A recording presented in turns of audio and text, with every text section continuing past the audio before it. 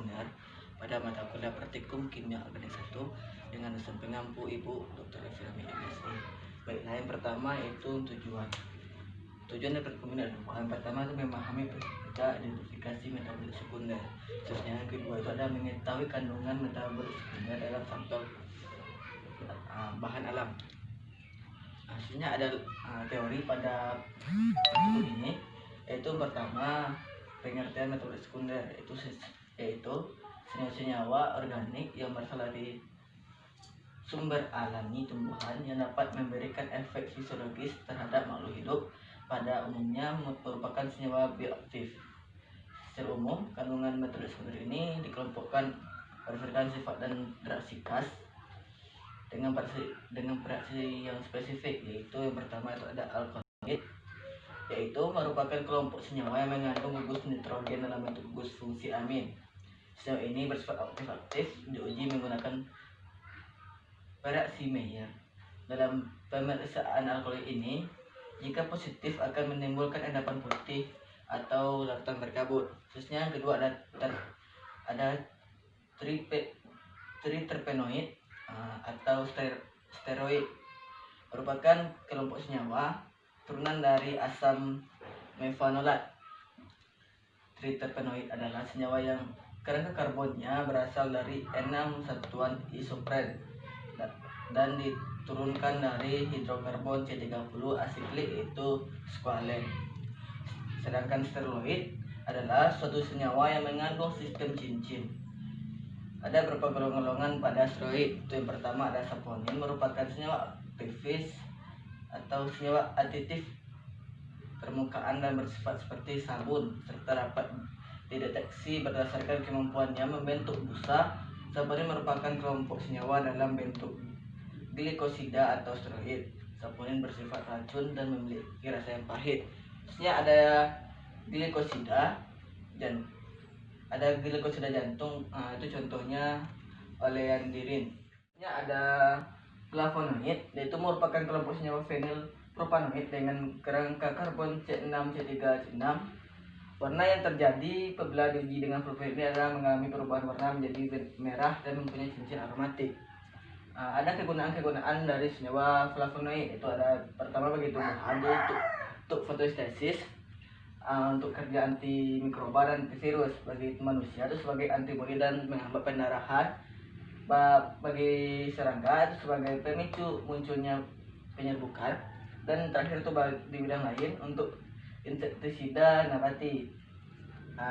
Yang keempat itu ada fenolik, yaitu merupakan senyawa yang banyak ditemukan pada tumbuhan.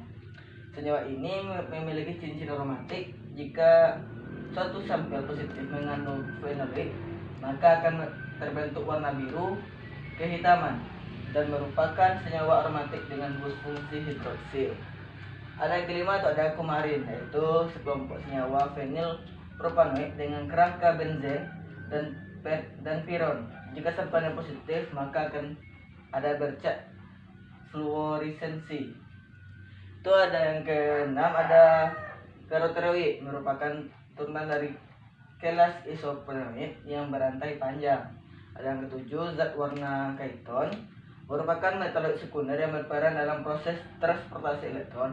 Warna pigmen kaiton ini beragam mulai dari warna kuning pucat sampai hampir hitam.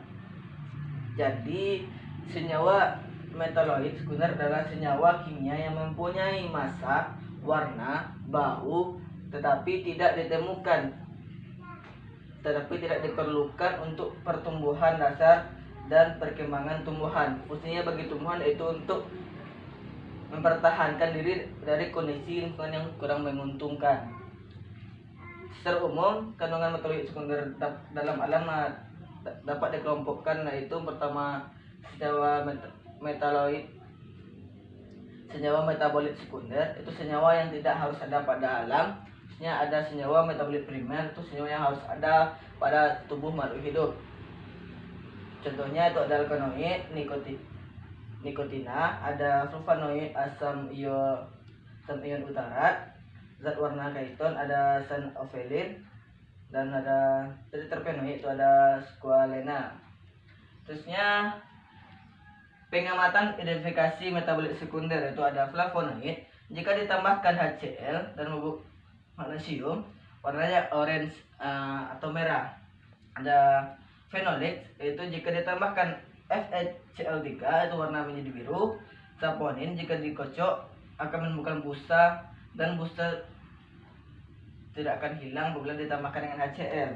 Ada yang keempat adalah tetrapenoid. Jika penambahan H2SO4 dan anhidra asetat, maka ada cincin warna merah atau ungu.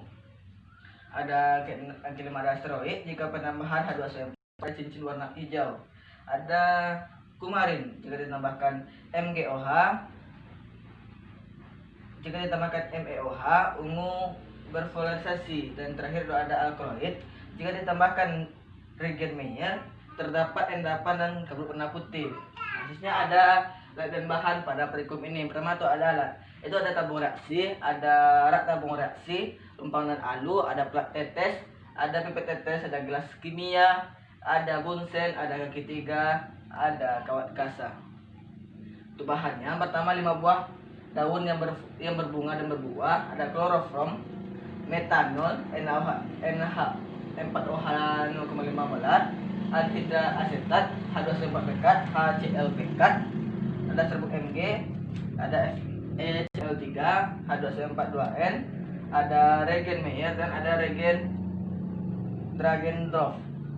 Yang pertama kita masuk kepada uji alkaloid. Itu pertama caranya kita ambil sampel yang segar, kemudian diiris tipis, yaitu untuk memperluas permukaan sampel. Terusnya kedua, kemudian sampel ditimbang dengan massa 2 gram. Lalu kemudian digerus atau dicampurkan dengan pasir untuk mempercepat proses lumatnya sampel.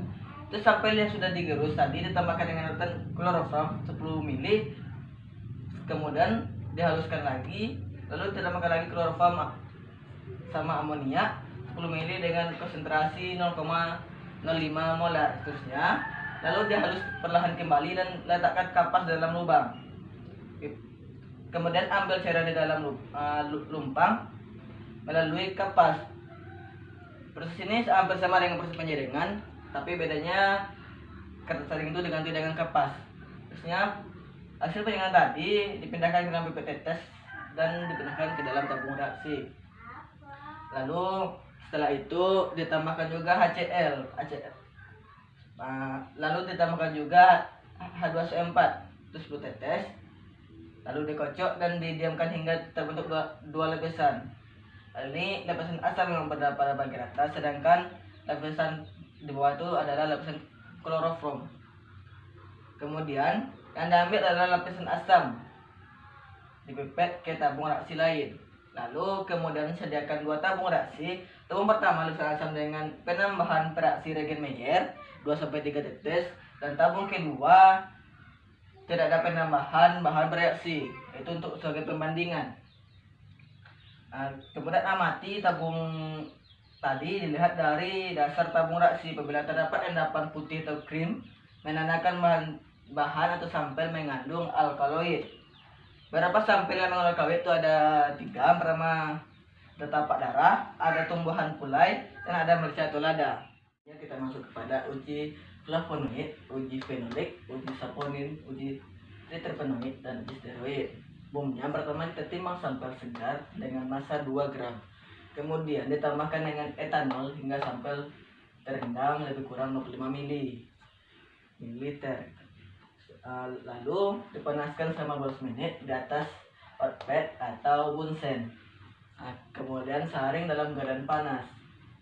Lalu fitrat ditampung dalam tabung reaksi, kemudian larut diuapkan.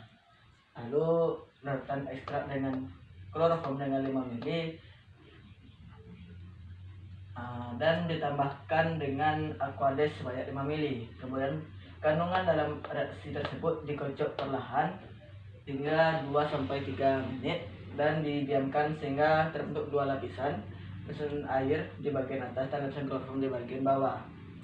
Kemudian masing-masing lapisan tersebut dipisahkan sehingga diperoleh fraksi air dan fraksi klorofrom.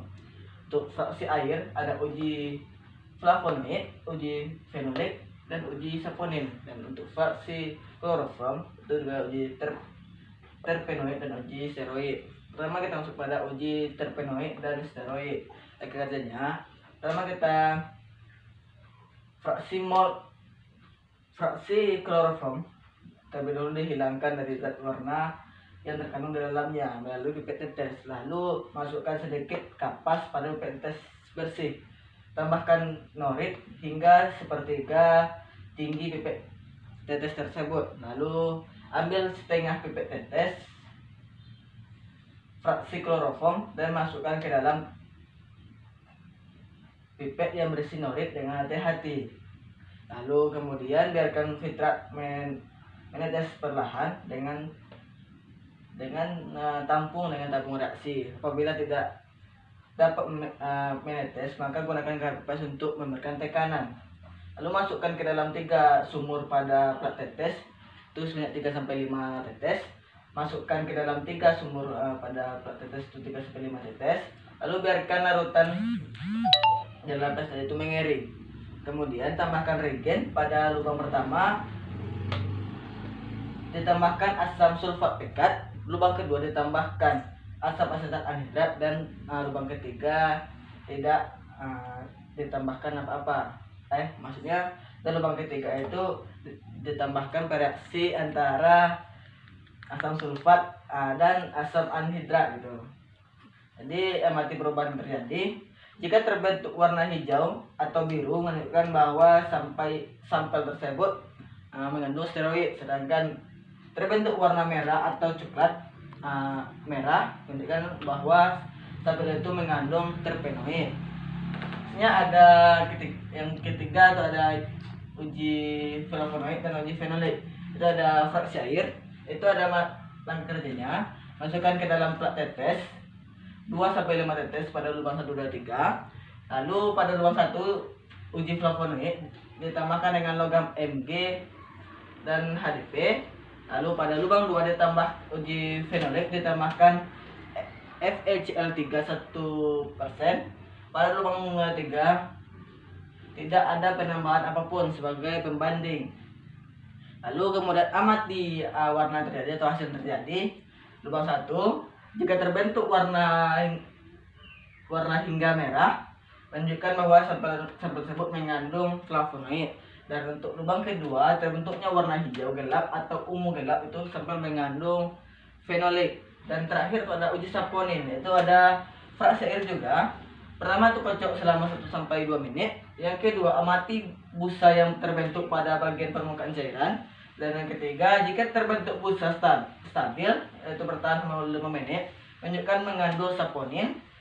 Untuk memastikan ditambahkan HCl, busa tidak akan hilang, maka sampel tersebut mengandung saponin.